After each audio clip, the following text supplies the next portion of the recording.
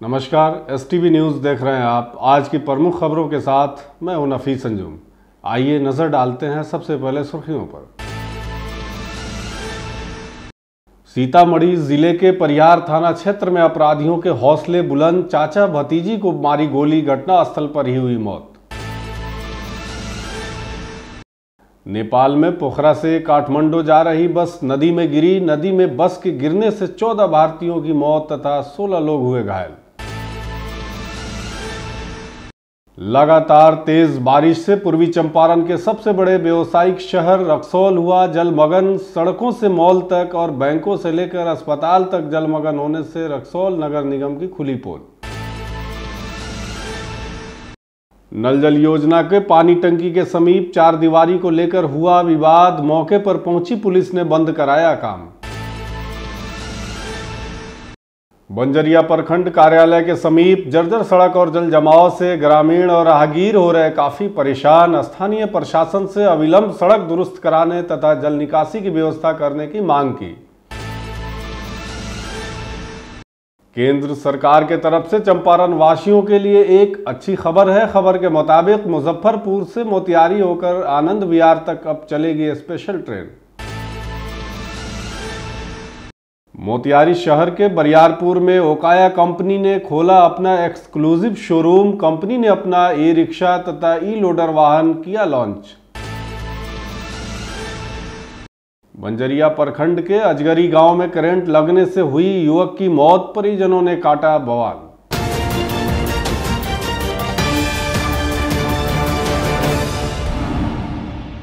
सीतामढ़ी से इस वक्त बड़ी खबर आ रही है, जहां परियार थाना क्षेत्र के लक्ष्मीपुर गांव में अपराधियों ने चाचा भतीजी की गोली मारकर हत्या कर दी। इस घटना में जहां चाचा गंभीर रूप से घायल हो गए, वहीं भतीजी साक्षी की मौत घटनास्थल पर ही हो गई।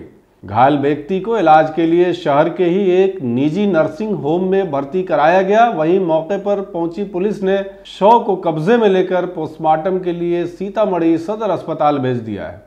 पुलिस इस पूरे मामले की जांच पड़ताल में जुट गई है। उसके साथ हुआ कि 4 आदमी से आया, सीधे गोली मुंह में मार दिया, सीधे घर में के सोना खींच लिया, तब हमरो मुंह बंद कर दिया, हमरो मारा, हमरो घर में खींच लिया, और वो अथी की क्या ढवा निकाल लिया, और तब फेन के गोली मारा। क्या चीज ले गया? सोना का हनुमानी था? हाँ, सोना का हनुमान जी 8 गो था। हमरा अपना घर में रहा था, ताला चाबी सब रहे, हमरो तो घर में रहा सोना के। आपके हस्बैंड के पास पहने हुए थे गला में? हाँ, ओकरा पास रही, हमरो घर में तो सब माला वाला तोड़ दिया। नेपाल के तनहु जिले के अबू खैरनी क्षेत्र में एक भारतीय यात्री बस के नदी में गिर जाने की खबर है। नेपाल पुलिस के तरफ से इस घटना की पुष्टि की गई है। जिला पुलिस कार्यालय तनहु के डीएसपी दीप कुमार राय ने जानकारी दी कि यूपी नंबर की एक बस नदी में गिर गई थी और अब नदी के किनारे वो पड़ी हुई है। दुर्घटना के बाद राहत और बचाव कार्य के पश्चात 14 शव बरामद किए गए हैं और 16 घायल यात्रियों को सुरक्षित बचाया गया है। यह बस पोखरा के मझेरी रिजॉर्ट में ठहरे भारतीय यात्रियों को लेकर काठमांडू की ओर रवाना हो रही थी। स्थानीय पुलिस और बचाव दल ने तुरंत मौके पर पहुंचकर राहत कार्य शुरू किया और घायलों को नजदीकी अस्पताल में भेजा। प्रारंभिक रिपोर्ट के अनुसार बस के नदी में गिरने के कारणों की जांच की जा रही है। प्रशासन के तरफ से घटना की गंभीरता को देखते हुए आवश्यक उपाय किए गए हैं और राहत कार्यों को प्राथमिकता दी जा रही है।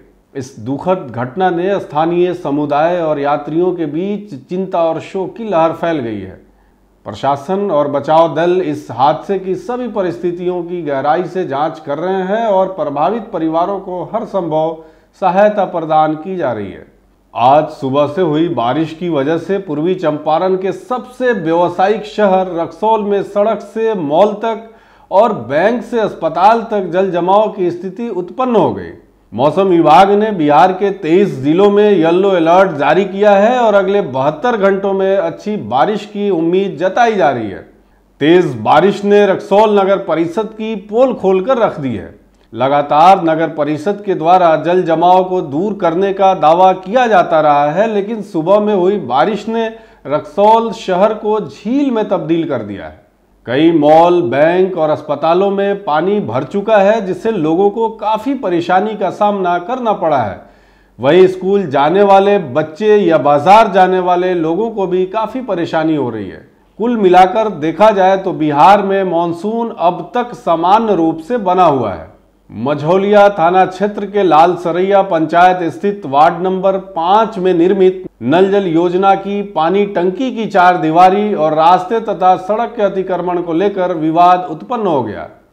सूचना मिलने पर प्रशिक्षु डीएसपी अमरकांत ने एसआई अरविंद कुमार को घटनास्थल पर भेजकर नल जल योजना के पानी टंकी की 4 दीवारी और सड़क को अतिक्रमण कर बाउंड्री बनाने के कार्य को बंद करवा दिया। पंचायत के उप सरपंच और वार्ड पंच मनोज चौबे ने बताया कि नल जल की पानी टंकी का निर्माण गैर मजरूआ भूमि पर हुआ है, जिसको अनुरक्षक शैलेश चौधरी 4 दीवारी कराकर अपने कब्जे में रखना चाहते हैं। वहीं उदयकांत पांडे भी गैर मजरूआ भूमि पर अपनी बाउंड्री करा रहे हैं। उधर शैलेश चौधरी का कहना है कि मुख्य मार्ग से पानी टंकी तक जितनी भी भूमि अतिक्रमित है उसको अतिक्रमण मुक्त कराया जाए। ग्रामीणों ने प्रशासन से मांग किया है कि जल्द से जल्द इस विवाद को हल कराया जाए। प्रशिक्षु डीएसपी अमरकांत ने बताया कि ग्रामीणों की सूचना पर पुलिस बल भेजकर निर्माण कार्य को बंद करा दिया गया है। ग्रामीणों द्वारा लिखित आवेदन देने पर अग्रतर कार्रवाई की जाएगी। तो ये वजह 5 नंबर वार्ड में दोनों तरफ से नेव चिरा गइल बा आ रोड के जौन खरांजा बा वो ईंटा उखाड़ लहल गइल बा, जमना के चलते ही माहौल बिगड़ल बा। कब लड़ाई हो जाए, कब मारपीट हो जाए, कब मुड़ी फूट जाए, कोनो ठिकाना नहीं है। नल जल जो है, नल जल भी घेरा गया है। इससे जनता जो है और आक्रोशित हुई है। क्या नाम है आपका? मनोज कुमार चौबे मेरा नाम हुआ, उप सरपंच हुए, यहाँ के पंच भी हैं। पूर्वी चंपारण जिला अंतर्गत बंजरिया प्रखंड मुख्यालय के समीप जर्जर सड़क और जल जमाव होने से स्कूली छात्र छात्राओं प्रखंड मुख्यालय में आने जाने वाले लोगों सहित राहगीरों को काफी परेशानी का सामना करना पड़ रहा है। हालात इतने खराब हैं कि जल जमाव के कारण पता ही नहीं चल पाता कि सड़क किस जगह पर टूटी हुई है, जिसके कारण उन गड्ढों में गिरकर कई राहगीर घायल भी हो चुके हैं। गौरतलब है कि इस मार्ग से होकर छोटे बड़े वाहन के अलावा प्रतिदिन प्रखंड के आला अधिकारी भी इसी मार्ग से आते जाते हैं और उनको भी कष्ट होता है, लेकिन इस तरफ उनका ध्यान नहीं जाता। प्रखंड मुख्यालय के समीप स्थित कौशल विकास केंद्र के छात्र छात्राओं को इस मार्ग से गुजरने में काफी परेशानी होती है। विशेषकर बच्चियों को कभी कभी शर्मनाक स्थिति से गुजरना पड़ता है।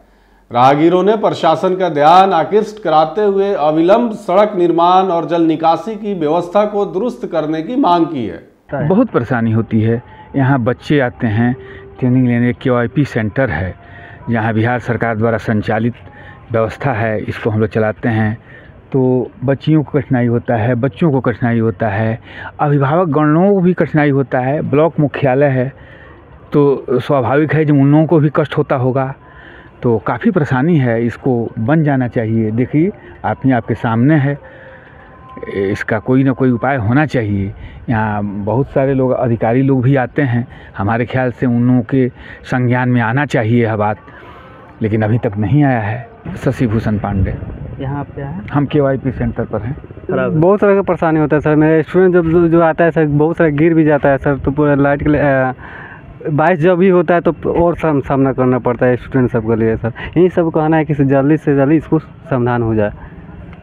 कभी इसको लेकर के शिकायत की है ब्लॉक? जी सर, एक बार गए हुए थे सर ब्लॉक में, लेकिन थोड़ा कुछ ये नहीं हुआ सर। हम क्या कर सकते हैं, हम तो स्टाफ ही यहाँ का सर। बहुत दिन से सर परेशानी इसका। पहले तो कुछ ठीक था, बाद में तो और परेशानी हो गया सर। जब बाढ़ आता है तो परेशानी हो जाता है और सारा, जो रूट तोड़ देता है। कल तो बाढ़ नहीं आया जी, कुछ भी इससे दिक्कत होता है। बहुत तरह का परेशानी सर स्टूडेंट सब के लिए, क्योंकि मेरा स्टूडेंट भी है, ब्लॉक भी स्टाफ लोग आता है, लोग उसको थोड़ा ध्यान भी नहीं आता है सर। ब्लॉक भी कोई आता है स्टाफ लोग वर्क करने के लिए, या कोई गांव के जानता भी आता है, तो बहुत तरह गिरने के सामना भी पड़ता है सर। कितना बार देखे हुए हैं, बाइक भी गिरा दिया है लोग। केंद्र की मोदी सरकार पूर्वी चंपारण वासियों को एक बड़ा तोहफा देने का ऐलान किया है।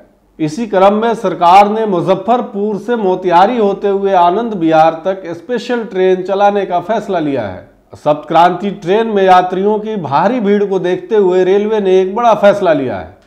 गौरतलब है कि कल सुबह 6:30 बजे से इस स्पेशल ट्रेन की शुरुआत होगी, जो आनंद विहार टर्मिनल तक चलेगी। पूर्वी चंपारण के स्थानीय सांसद राधा मोहन सिंह को लगातार यह शिकायत स्थानीय लोगों के द्वारा मिल रही थी, जिसके बाद उनकी पहल पर लोगों को राहत देने के लिए इस ट्रेन की शुरुआत की जा रही है। यह ट्रेन मोतिहारी, सुगौली, नरकटियागंज, गोरखपुर होते हुए आनंद विहार टर्मिनल तक जाएगी। पिछले दिनों सदन में बजट पेश होने के दरमियान सरकार के तरफ से इलेक्ट्रिक वाहन के बढ़ावा को लेकर विशेष फोकस किया गया था। बढ़ते प्रदूषण को देखते हुए इलेक्ट्रिक वाहन ही है जो प्रदूषण पर नियंत्रण रख सकता है। इसकी बिक्री भी अब ज्यादा होने लगी है, लोग इसे पसंद करने लगे हैं। यही वजह है कि पहले से बाजार में बैटरी के मार्केट में अपनी पहचान बनाए ओकाया ने भी इलेक्ट्रिक वाहन लॉन्च कर दिया है और आज मोतिहारी में इसका एक्सक्लूसिव शोरूम खोला गया, जिसमें उद्घाटन के मौके पर खुद कंपनी के एमडी अंशुल गुप्ता पहुंचे थे। काफी भीड़ भाड़ के बीच शहर के बरियारपुर में इस शोरूम का उद्घाटन हुआ, जहां ई रिक्शा और मालवाहक ऑटो लॉन्च किए गए। कंपनी के एमडी और शोरूम संचालक ने बताया कि ओकाया ऐसी कंपनी है जो पहले से बैटरी की दुनिया में अपना एक अलग विश्वास बनाए हुए है। यही वजह है कि अन्य कंपनियों के बजाय इस कंपनी पर ग्राहक का ज़्यादा भरोसा है। हम सारे लोग इकट्ठा हुए हैं मोतिहारी के एरिया में, जहाँ पे हमने अपना ई रिक्शा और L5 इंडिया का पहला शोरूम इनॉग्रेट किया हमारे डीलर भाई के संग, जो यहाँ समृद्धि एंटरप्राइजेस, श्री समृद्धि एंटरप्राइजेस के नाम से। ओकाया ईवी के द्वारा लाई गई ये ई रिक्शा और L5 बहुत ही अलग है मार्केट में जो और ई रिक्शा और L5 अवेलेबल है। हमने इसके अंदर कस्टमर, जो कंज्यूमर, जो ड्राइवर है, उसको ध्यान में रखते हुए सारे प्रोडक्ट को डिज़ाइन किया है। इसके अंदर जो सबसे इम्पॉर्टेंट चीज़ है, जो दिल है, रिक्शा का दिल जो होता है बैटरी, या L5 जो अपना ऑटो है उसका भी दिल बैटरी है। हम बैटरी की कंपनी है जिसने मैकेनिकल, इलेक्ट्रॉनिक्स और बैटरी तीनों के अंदर सफलता हासिल की है और उसी सफलता के कारणवश हमने 3 व्हीलर पैसेंजर और कार्गो व्हीकल में भी एंट्री की है। L3 और L5 यानी ई रिक्शा और ऑटो कैटेगरी में सर्वश्रेष्ठ प्रोडक्ट बनाएंगे और भारत में डिस्ट्रीब्यूशन और डीलरशिप के नेटवर्क के द्वारा घर घर तक ये सर्विसेज, लास्ट माइल डिलीवरी की सर्विसेज तक पहुँचाएँ। मेरा नाम करण हुआ। मैं पिछले 3 साल से ईवी में वर्क कर रहा हूँ और मेरा फॉर्म समृद्धि इंटरप्राइजेज है। मैंने रक्सौल से पहले स्टार्ट किया, फिर मैंने बेतिया अपना शोरूम समृद्धि स्टेबल किया। उसके बाद मोतिहारी चंदमारी में मैंने पहले अपना 2 व्हीलर का ईवी का ये स्टार्ट किया। उसके बाद बैटरी का डिस्ट्रीब्यूशन लिया। उसके बाद ये चौथा मेरा नॉर्थ बिहार का डिस्ट्रीब्यूशन पॉइंट हुआ श्री समृद्धि इंटरप्राइजेज के फॉर्म के नाम से, जो L3, L5 और चार्जिंग स्टेशन के लिए ये स्थापित हुआ है। पूर्वी चंपारण जिला अंतर्गत बंजरिया प्रखंड के समीप नवनिर्मित भवन के किचन में लाइन जोड़ने के क्रम में एक युवक की मौत घटनास्थल पर ही हो गई। मौके पर पहुंचे परिजनों में चीख पुकार मच गई तथा जमकर बवाल काटा एवं उच्च अधिकारियों की मांग पर वो डटे रहे। खबर के मुताबिक मृतक की पहचान बंजरिया थाना क्षेत्र के अजगरी चुड़ियरवा टोला निवासी शेख गफ्फार के पुत्र मोहम्मद अरशद के रूप में हुई है। घटना के संदर्भ में थाना अध्यक्ष इंद्रजीत पासवान ने बताया कि शव को कब्जे में लेकर पोस्टमार्टम के लिए सदर अस्पताल मोतिहारी भेज दिया गया है। हर बिंदुओं पर जांच की जा रही है। पोस्टमार्टम रिपोर्ट आने के बाद ही अग्रतर कार्रवाई की जाएगी। यहाँ पे बिहार पुलिस का ये जो आप देख रहे हैं थाना बन रहा है, इसमें क्या हुआ कि इलेक्ट्रीशियन का काम हो रहा था, तार जोड़ हो रहा था। क्या काम होता है वो तो काम हो रहा था, लेकिन घटना हुआ, घटना स्थल पर जब घटना हुआ, आदमी के रहते हुए भी आदमी कोई इन्फॉर्म नहीं किया लोगों को कि ऐसा कुछ हो गया है। साइड पर से सारा लोग भाग गया। पहला चीज़ कि साइड छोड़ के सारा लोग भाग गया। Junior engineer, side manager, A to Z सारा लोग भाग गया। यहाँ की घर का लोग चल के आया, आदमी को खोजते खोजते आदमी को देखा कि पड़ा हुआ है उधर पानी के नीचे, पानी में। 4 घंटे के बाद लोगों को मालूम चला कि आदमी का मौत हो गया है बिजली के तार से। लेकिन यहाँ पे ना कोई साइड मैनेजर है, ना ठेकेदार है, और ना कोई CO है, ना BDO है। इसलिए कि पीछे देखिए ब्लॉक है, पीछे बंजरिया प्रखंड का अंचल असली ऑफिस है यहाँ पे। यहाँ बंजरिया थाना का निर्माण हो रहा है। और दूसरा बात रहा कि बिहार पुलिस का काम हो रहा है थाना का, तो नॉर्मल बात है, कॉमन सेंस का बात है। जिसके घर में काम होता है, अगर कोई घटना घट जाता है, कोई मैकेनिक है, कोई पेंटर असली मुद्दई है कि वो उसका इलाज कराए। अब यहाँ देहांत हो गया है, मृत्यु हो गया है, तो इसका भुगतान बिहार पुलिस का भी फर्ज है। पहला कदम होगा बिहार पुलिस का कि इसका मुआवजा दे, इसका बातचीत करे, गार्जियन से आके मिले, मेन अधिकारी को यहाँ पे आ जाना चाहिए। अभी तक बिहार पुलिस का कमी है कि अपने मुख्य अधिकारी को ये लोग खबर नहीं किया है कि यहाँ पे क्या हुआ है, क्योंकि ये थाना का निर्माण हो रहा है। बड़े अधिकारी की आने की मांग कर रहे हैं। हाँ, बड़े अधिकारी है, SI है, DSP है, इस माहौल को समझे, इस चीज़ को समझे। इनका महज शादी हुए 10 से 12 महीना भी नहीं हुआ होगा, 10 महीना हुआ होगा, एक बाल बच्चा भी नहीं है। 2 आदमी था, एक आदमी तो ऐसा हो गया आपके सामने है, तो इसमें बहुत बड़ा घाव है। इसको क्या नाम था इनका? अरशद, मोहम्मद अरशद आलम, अजगरी चुड़िया रोड वाला वार्ड नंबर 8 में इलेक्ट्रिसिटी का काम करते थे, बढ़िया मैकेनिक थे, कोई जोड़ नहीं था।